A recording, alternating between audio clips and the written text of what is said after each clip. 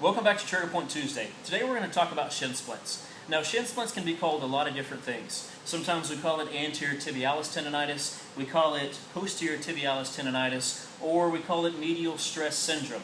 But the bottom line is it comes from overuse, and it's just an accumulation of inflammation around that area, and you start to get pain.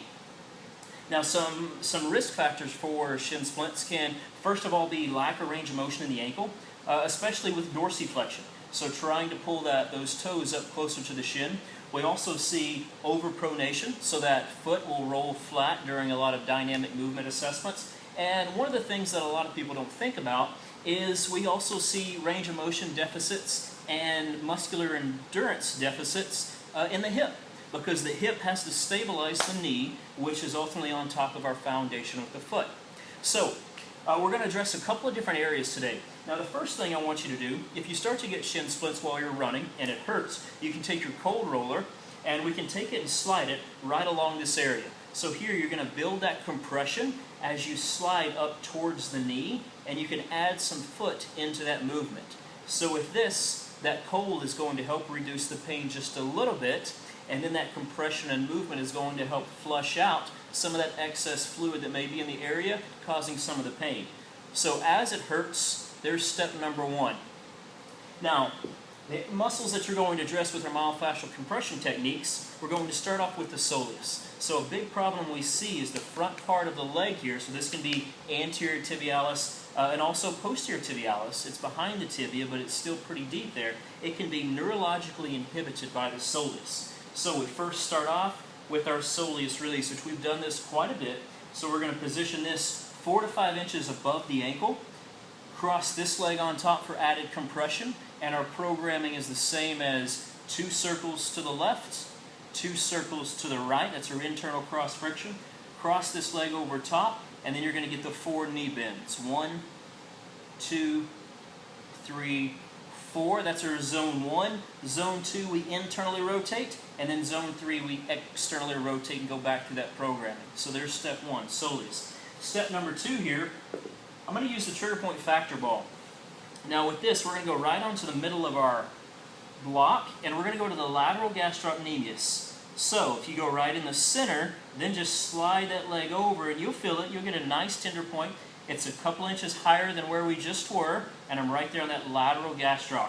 Now I'm going to cross this leg over for added compression, and I'm going to start off here with some range of motion in the foot. So I'm going to pull the foot up and let it back down. There's 1. We're going to repeat that 4 times. 2. Be sure you're breathing. 3. 4. And then I'm going to do 2 rotations to the left, 2 rotations to the right. And I can repeat that again if I need to. So first is soleus. Number 2 is lateral gastrocnemius. Number 3, what I'm going to go after is the peroneals. So from that, those peroneals can become mechanically shortened, and it'll help contribute to that foot flattening, and that can help irritate some of those structures that lead to shin splints. So here again, TP factor ball, I'm going to start a couple inches above the ankle, and what I'm going to do is use this other leg here for some leverage. I'm going to roll down and back up about a ½ inch. So I'm going to do this nice and controlled. There's 2, I'm going to do that 4 times. There's 3 and 4, and then I'm going to do a cross friction. 1, 2, 3, 4, and I'm going to repeat that all the way up that outside part. So think of just sliding up that fibula there on the outside, getting those peroneals, repeating up 1 inch, down 1/2 approximately, and then 4 cross frictions. And I want you to do that all the way up till you get to the fibular head, and be sure you give a little bit of attention there to that fibular head, because that's going to help release all that area. Now for our next one, we're going to come up and do the Piriformis. We've done it before, but just to be sure we're on the same page, we're going to slide the ball right underneath there, and a switch stance the legs here. Our programming is up and out for 4 times. There's 1, 2, 3, 4. Then we're going to put the foot flat on the ground, let that knee all the way out for 1, back to midline, for 2, back to midline. Now I'm going to press across for 1, across for 2, and then pivot 2 times to the left, 2 times to the right. Perfect. Now the next one we're going to go to is the foot. We rolled the foot a couple of weeks ago, but today we're going to try to target what's known as that transverse arch this way. So with the foot, again, I'm still using the TP factor ball. I'm going to set it right there, and I'm going to put the foot right on top.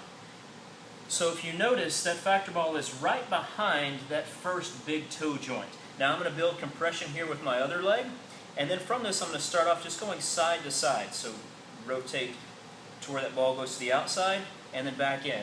So I'm basically working that area of that transverse arch. We're going to repeat that 4 times. There's 3 and 4, then I'm going to pin it down right here behind that big toe, and I'm going to extend my toes up. You can see them come up and back down. There's 1, there's 2, there's 3, and there's 4. So let's do that there on that inside part. Do it right on the middle with those toes coming up and down, and then go to the outside and coming up and down with the toes. So the areas we addressed, and it's quite a few. We started off with the soleus, then we went to that lateral gastrocnemius, then we went out to the peroneals, then we came up and we addressed the hip with our piriformis, because remember, that helps to control the knee, and ultimately it plays a role in that subtalar joint. And then at the very end, we got the bottom of the foot. Now we need those intrinsic foot muscles to do their job, because a lot of times we support them with an orthotic, or we just walk with our feet turned out and our arches smashed down flat. That's overpronation. That's a risk factor for shin splints. So now we're going to activate those muscles. And this is a very simple technique. I want you to take your foot here, smash your arch down to where it's nice and flat, and I like to add a little bit of compression here, and then I'm just going to lift that arch up. And it may be kind of tough to see, but I'm basically just trying to grab that mat with my foot. I'm going to repeat that about 10 to 12 times. So I'm lifting that arch, raising that medial longitudinal arch as I grip the mat, and then back down flat. So notice I let it flatten and pull it up, let it flatten and pull it up. Now for our last one, once we've activated those deep muscles, we're going to do a total body integrated movement, or sort of a movement. We're going to come up to just a single leg balance. Now whenever you do this, I want you to be sure you're maintaining that arch in the foot, so you can't let that arch smash down flat or the toes turn out. Toes are pointing to 12 o'clock. Maintain that arch. Keep the knee in line with that second and third toe in hips level. Now what this is going to do is activate the core, it activates that hip, and it teaches it to stabilize the knee and to stabilize that foot and ankle that we've just worked. So that's your approach for shin splints. I want you to address a few areas and then do some activation techniques. You can add some stretching in there with it. Just a basic calf static stretch works perfectly fine.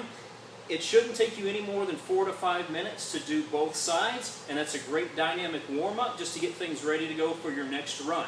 So give it a shot. Be sure and leave me some feedback, and we'll see you next week for Trigger Point Tuesday.